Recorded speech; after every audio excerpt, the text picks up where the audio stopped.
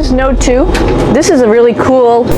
नमस्कार दोस्तों, आज हम बात करेंगे सुनीता विलियम्स के बारे में। इनका संबंध भारत से भी है। सुनीता विलियम्स भारतीय मूल की अमेरिकी अंतरिक्ष यात्री हैं और नासा की एस्ट्रोनॉट भी हैं। इनका पूरा नाम सुनीता लिन विलियम्स है। इनका जन्म 19 सितंबर 1965 को अमेरिका के ओहायो राज्य में हुआ था। इनके पिता दीपक पांड्या भारतीय मूल के गुजरात से बिलोंग करते हैं और इनकी माता बोनी पांड्या जो कि स्लोवेनियाई मूल की निवासी हैं। अगर मैं इनकी शिक्षा की बात करूं तो इन्होंने United state of naval academy से इन्होंने भौतिक विज्ञान से स्नातक डिग्री प्राप्त की और फ्लोरिडा इंस्टीट्यूट ऑफ टेक्नोलॉजी से इन्होंने इंजीनियरिंग डिग्री की मास्टर डिग्री इन्होंने प्राप्त की। Hello, I'm Sunny Williams. I'm up here on the International Space Station. So this is Node 2. This is a really cool module.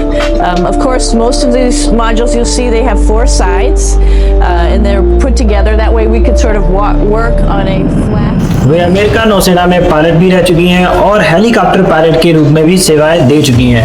वर्ष 1998 में उनका चयन नासा के अंतरिक्ष यात्री के रूप में होता है। यहाँ से शुरू होती है उनके जीवन की एक नई उड़ान जो दुनिया भर की महिलाओं के लिए एक प्रेरणादायक स्रोत बन जाती है।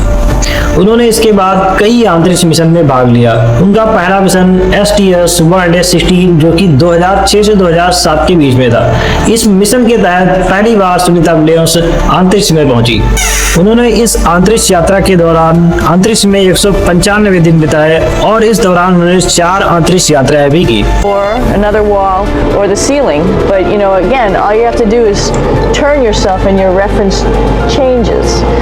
The reason I'm bringing that up is because this is where इनका दूसरा मिशन 32/33 2012 में कंडक्ट हुआ।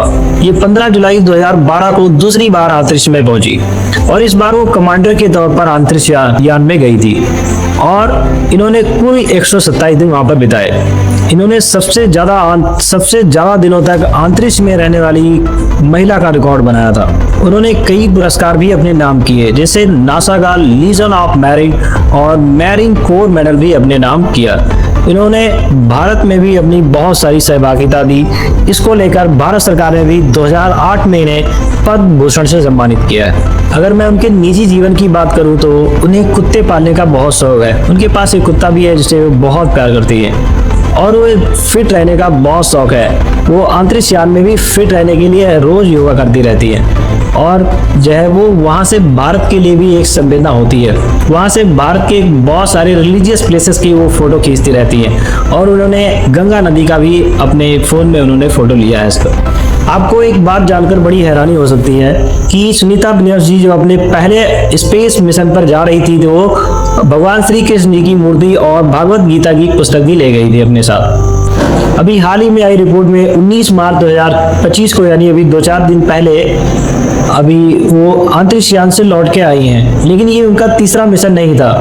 ये एक शेड्यूल किया गया था कि 7-8 दिन के लिए वो स्पेस स्टेशन पर घूमने और वहाँ की जानकारियाँ लेने जाएंगी, लेकिन कुछ स्पेस क्राफ्ट में कुछ खराबियाँ आ जाने की वजह से उन्हें 9 महीने और 14 दिन तक वहाँ रहना पड़ा। अब वो स्पेस एक्स की क्रू ड्रैगन स्पेस क्राफ्ट के सहायता से वो धरती पर वापस आ गई है जो कि फ्लोरिडा के तट पर स्पेस फ्लाई हुआ है। ये हमारे देश के लिए गौरवान्वित बात है कि हमारे देश से जुड़ी हुई एक महिला जो कि एक दुनिया के लोगों के लिए एक मिसाल कायम कर रही है। सुनीता विलियम्स के द्वारा कही गई एक बात है जो मैं आज आपको बताऊंगा।